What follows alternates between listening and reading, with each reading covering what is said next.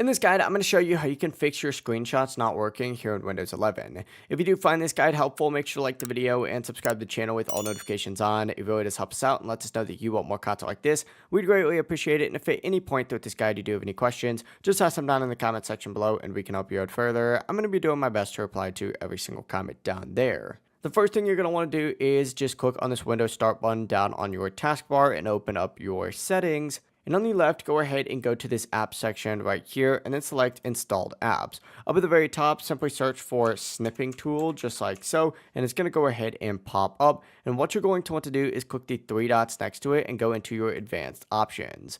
Up at the top, just make sure the app is allowed to run in the background. And you may have to scroll down a little bit in order to see this. Just make sure it's able to run in the background. As you can see, it's right here. And then from here, go down and select terminate. And then click repair, and after repair does finish, go ahead and select reset. Once that's done, try using that Windows shortcut, which is Windows Shift and S, and it should go ahead and work for you. Now, if snipping tool doesn't actually show up in your apps list, you're going to need to reinstall it. And to do this, hit this little search button down here at the bottom, type in Microsoft Store, and from here, just type in snipping tool and open up the app settings and just install it. It is completely free. If those fixes didn't work for you, simply go ahead and restart your PC, and that can often fix the problem. You could do this by hitting the little Windows key and then hitting the power button and hitting restart. If you do have any questions, just ask them down in the comment section below and we can help you out further. I'm going to be doing my best to reply to every single comment down there. Before you do leave this guide though, make sure to like the video and subscribe to the channel with all notifications on. It really does help us out and lets us know that you want more content like this.